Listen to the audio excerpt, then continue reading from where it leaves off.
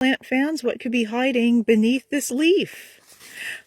Oh, how cute. It's a young Marina di Chioggia squash. This squash is one of the domestic squashes in the species Cucurbita maximus. This same family also includes many of the more unusual heirloom winter squashes like candy roaster and many of the other Native American squashes we have.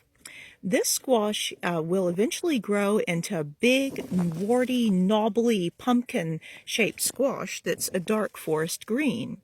It's originally from Italy, but its ancestors, of course, came from North America. This will grow to be a very big squash, or so I hear.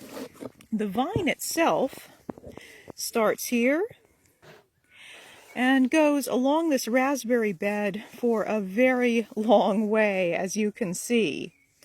Squashes are wonderful plants, but be warned, they grow really big, so you need the space for them.